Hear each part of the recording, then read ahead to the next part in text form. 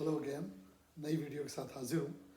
जब से इमरान खान साहब ने अमेरिकन टेलीविज़न को इंटरव्यू दिया है और बड़ी फर्मली एक बात कह दी है कि अमेरिका को एयर बेसिस नहीं देंगे, उसके बाद से तो ये समझ लें कि दुनिया के कई ममालिक में हलचल मच गई।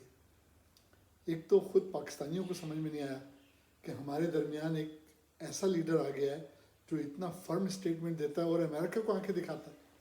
यानी अगर आपको याद हो तो ये वही अमेरिका है कि जिसने डॉलर की बरसात करके मरहूम ज़ियाउल हक के ज़माने में 70,000 पाकिस्तानियों को शहीद करवा दिया अफ़गान वॉर में।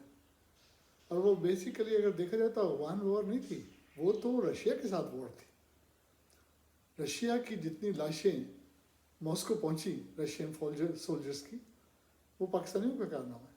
लेकिन उसके बदले पाकिस्तान को डॉलर्स की बारिश की गई, मराहत दी गई, इमदाद दी गई। देखिए ना, मालदार मुल्क गरीब मुल्कों को ख़रीदते हैं, ये कोई नई बात नहीं है। मालदार आदमी गरीब आदमी को ख़रीदता है। देखिए ना, जो पैसे वाले लोग हैं वो गरीब आदमी की सर्विसेज बाय करते हैं। तो अमेरिका के पास पैसा भी था, इमदाद भी थी, असर रसूख भी था, तो उसने पाकिस्तान को पैसा दे के उसके 70,000 लोग शहीद करवा दिए। कोई बड़ी बात नहीं है, it's a norm in this world. लेकिन उसके बाद क्या हुआ कि उसका जो इम्पैक्ट हुआ कि जो अफ़गान मुहाजिरीन बेचारे पाकिस्तान आए मदद के लिए, और जो कहते हैं ना गेहूं के साथ घुन भी पिसता है, उन मुहाजिरीन के साथ जो गैर कहना बहुत ज़्यादा मैं स्ट्रॉन्ग वर्ड यूज़ नहीं करना चाहता हूँ, अनवांटेड पीपल भी आ गए। उससे क्या हुआ, ना सिर्फ मुल्क की मईशत तबाह हुई, मुल्क में क्राइम्स आ गए, असलहा आ गया। यानी जितना नुकसान अफ़गान वॉर से पाकिस्तान को हुआ है, इमरान खान साहब सही कहते हैं कि उसको रिपेयर करना बहुत मुश्किल है। That was an absolutely wrong decision. लेकिन मेरा ख्याल है ज़ियाउल हक साहब को चॉइस नहीं थी, उनको इक़्तिदार में भी रहना था, अमेरिका को भी खुश करना था, रशियन को भी लाशें भेजनी थी, उनका अपना एक एजेंडा था। उनकी क्या मजबूरी थी अल्लाह ही जानता है। और फिर आपने देखा कि उन बेचारों का क्या हुआ। उनको बेचारा इसलिए कह रहा हूँ कि देखिए, ऐसा होता है जब आप किसी से मिलते हैं ना तो उसकी शख्सियत के मुतालिक आपको पता चलता है। जब आप उसके साथ 2-1 दिन गुजारते हैं तो आपको उसके बारे में और पता चलता है। तो जो मेरा ज़ाती तजुर्बा है ज़ियाउल हक साहब के साथ बात करने का, टाइम स्पेंड करने का, उनके साथ इवन इस्लामाबाद में एजाजुल हक को याद होगा वक्त गुजारने का, उससे मुझे अंदाज़ा हुआ कि नमाजी, परहेजगार, नेक आदमी थे। बल्कि भुट्टो साहब ने उनको कमांडर इन चीफ इसलिए बनाया था कि वो जॉर्डन में फ़ौज की कमान संभाले हुए थे, और सब आके भुट्टो साहब से कहते थे कि बड़ी नमाजी परहेजगार आदमी है, इसको आर्मी का चीफ बना दो, ये कभी आपका इख्तियार ख़त्म नहीं करेगा। तो भुट्टो साहब ने काफ़ी जनरल को सुपरसीड करके, ये तो तारीख़ है पाकिस्तान की, सबको ही पता होगा। तो ज़ाती तौर पे वो अच्छे आदमी थे जो मैंने उनको देखा और समझा, नमाजी, परहेजगार, अल्लाह से डरने वाले। लेकिन बहरहाल क्या प्रेशर था, क्यों उन्होंने ऐसा किया, बहुत ही नुकसान पहुँचा। और देखें, जो इमरान खान साहब बातें गिनाते हैं ना, किसने नुकसान नहीं पहुँचाया पाकिस्तान को। NRO देखे, मुशर्रफ साहब ने नुकसान पहुँचाया। मैं हमेशा कहता हूँ मुशर्रफ साहब एज अ प्रोफेशनल सोल्जर और एज अ पाकिस्तानी मैं हमेशा उनकी तारीफ़ करता हूँ। लेकिन उनको भी 8 साल इक़्तिदार में रहना था, और इक़्तिदार की कीमत ये थी कि वे जरदारी को और नवाज़ शरीफ को NRO दो। उन्होंने अपने इक़्तिदार में रहने के लिए ऐसा किया। ज़िया साहब ने इक़्तिदार में रहने के लिए अमेरिका को खुश किया, 70,000 मरवा दिए। शहबाज शरीफ, नवाज़ शरीफ ने इक़्तिदार में रहने के लिए जो कुछ नहीं हुआ था वो कर गुजारा पाकिस्तान में। 30 साल में तबाह व बर्बाद कर दिया, ख़जाने खाली कर दिए, मुल्क को बेसिकली करप्ट कर दिया, हर शख्स को, हर अदारे को, और तो और अदलिया को करप्ट कर दिया इन शरीफ बरदरान ने। इनका नाम तो शरीफ के बजाय बदमाश होना चाहिए। नवाज़ बदमाश, शहबाज बदमाश, और उनकी नस्लें बदमाश।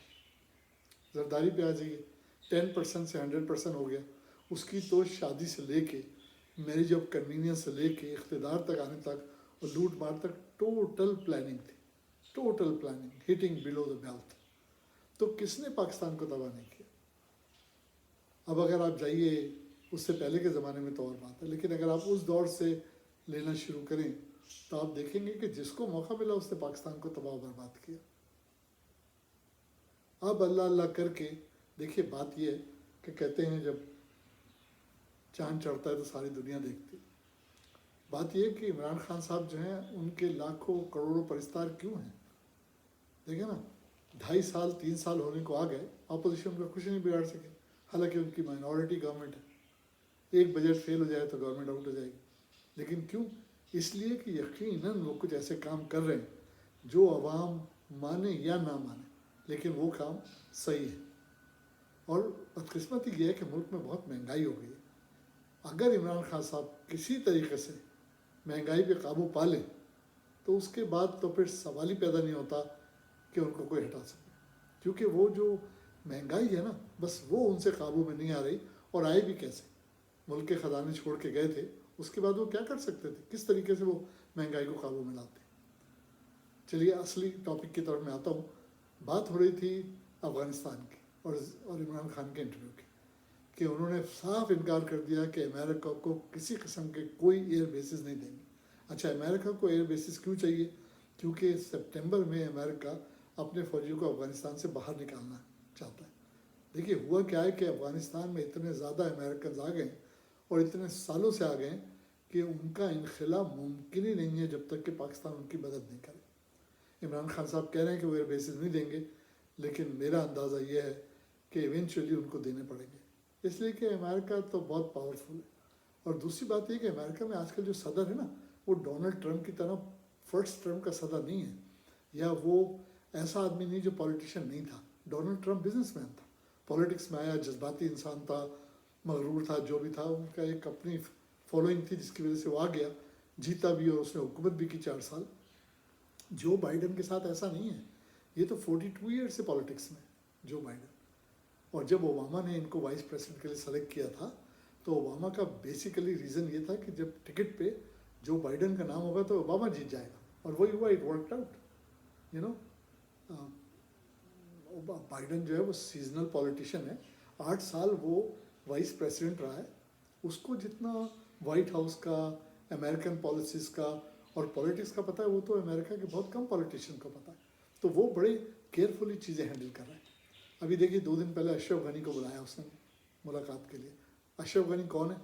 थोड़ा सा मैं आपको याद दिलाऊं कि मैंने 2 वीडियो अफ़गानिस्तान की हिस्ट्री पे डाले थे, पता नहीं आपने देखे कि नहीं।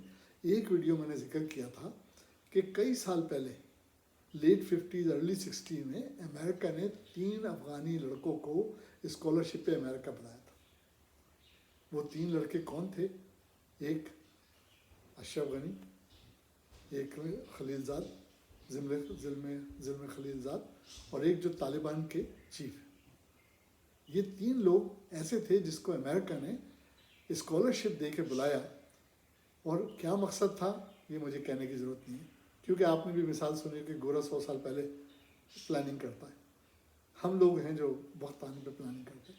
और आज क्या हुआ? अशरफ गनी सदर है। दूसरा लड़का जो पढ़ने गया था अमेरिका, जिसको उन्होंने जो भी करके वाइट वॉश जो भी करके भेजा होगा इसकी स्क्रीनिंग करने के बाद, वो तालिबान का चीफ है। और खलीलजाद कौन है? ये अमेरिका के बिहाफ पे तालिबान का नेगोशिएटर है, सारी दुनिया में भागता फिरता। तो अमेरिका ने बहुत पहले प्लानिंग की थी, गॉर्बाचोव की प्लानिंग की थी। देखिए सोवियत यूनियन टूट गया। तो अब अल्लाह रहम करे, हमें नहीं पता कि अमेरिका किन किन लोगों को किस किस मकसद के लिए तैयार कर रहा है, और वो आज का टॉपिक भी नहीं। लेकिन मैं ये कहना चाहता था कि अगर जो बाइडन ने इमरान खान से अभी तक मुलाकात नहीं की तो उसका भी रीज़न, अशरफ गनी को बुला लिया उसने। अब अफ़गानिस्तान की दुनिया में सियासी तौर पे इस वक्त क्या हैसियत है? वो तो टूटा फूटा मुल्क है जिसका कोई फ्यूचर ही नहीं है। और वो तो खुशामदी करें अमेरिका की कि भाई अपने फ़ौज निकालने से पहले हमें तुम एश्योरेंस दो कि प्रॉब्लम नहीं होगा, तालिबान टेक ओवर नहीं कर लेगी। अच्छा, इमरान खान साहब ने एक और बड़ी इंपॉर्टेंट बात कही है कि नई अफ़गान हुकूमत में तालिबान को भी शामिल करना चाहिए। देखिए तालिबान एक हकीकत है अफ़गानिस्तान में, और तालिबान अफ़गानिस्तान के एक बड़े हिस्से पे उनका कंट्रोल है।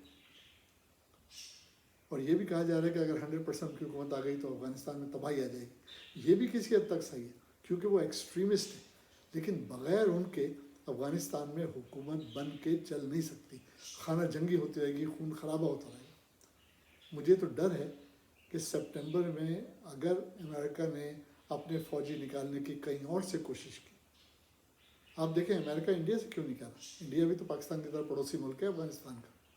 क्यों नहीं कह रहा कि भाई मुझे वहाँ से اپنے فوجیوں کو ایگزٹ کرانا، وہ تو ایزی ہے امریکہ کے لیے. اور افغانستان اور انڈیا بڑے اچھے دوست ہیں، اتنے اچھے دوست ہیں کہ افغانستان نے جب پاکستان بن رہا تھا 1947 میں تو اس کی حمایت نہیں کی تھی، اور جب 48 میں کشمیر کے ریزولوشن کا جب بل پیش کیا گیا تو افغانستان نے اس کی بھی حمایت نہیں کی تھی. وہ انڈیا کا اتنا اچھا دوست ہے، ٹریڈ پارٹنر ہے، لوگ رہتے ہیں افغانستان کے وہاں جا کے، لیکن امریکہ ان سے مدد نہیں مانگ رہا. کیوں نہیں مانگ رہا؟ We don't know. چلیے ویڈیو بہت لمبا ہو رہا ہے، میں کوئکلی بات کرنا چاہوں کہ میں نے اپنے کئی ویڈیو میں کہا تھا کہ پاکستان میں الیکشن ریفارم آنا چاہیے، اور آج عمران خان اور اس کی پوری ٹیم بہت سرگرم ہے الیکشن ریفارم لانے کے لیے، اور اپوزیشن سخت مخالفت کر رہی ہے، کیونکہ اپوزیشن جو ہے وہ ٹریڈیشنلی بے ایمانی سے الیکشن جیتنے کا راز جانتے ہیں. ان کو پتہ ہے ججوں کو خریدو، الیکشن کمیشن کو خریدو اور اپنا کینڈیڈیٹ کو جتا دو. اب پیپلز پارٹی کا کینڈیڈیٹ جو کراچی میں جیتا ہے اس کو کس نے جیتا ہے؟ کرپشن نے جیتا ہے، ورنہ تو دوسرے لوگ جیت گئے تھے. تو اپوزیشن بالکل نہیں چاہتی کہ الیکشن ریفارم آئے، سسٹم تبدیل ہو، ای ووٹنگ ہو، کہ ان کو پتہ ہے کہ اگر ای ووٹنگ ہو گئی، ریفارم آ گئے تو ان کی تو دال نہیں گلے گی، ان کا چورن نہیں بکے گا، بقول پاکستان کے پولیٹیشین کے چورن نہیں بکے گا. اور اسی لیے وہ چاہتے ہیں الیکشن ریفارم آئے اور سخت مخالفت کریں. لیکن عمران خان نے ہدایت کی ہے کہ الیکشن ریفارم میں اپوزیشن کو بھی شامل کرایا جائے. تو لکیلی ہمارے پاس ایک اتنا اچھا آدمی لیڈر ہے کہ ہمیں اس کے ہاتھ مضبوط کرنے چاہیے. اس کے ہاتھ مضبوط کریں گے تو پاکستان مضبوط ہوگا، ترقی کرے گا، اور انشاءاللہ پاکستان اپنا وہ مقام حاصل کر لے گا کہ جو اس کو ملنا چاہیے تھا 72 ایئرز میں، وے اہیڈ آف انڈیا. اینڈ انشاءاللہ آئی ہوپ اینڈ پرے کہ انشاءاللہ وہ مقام جلد آئے. اگلے ویڈیو تک کے لیے فی امان اللہ.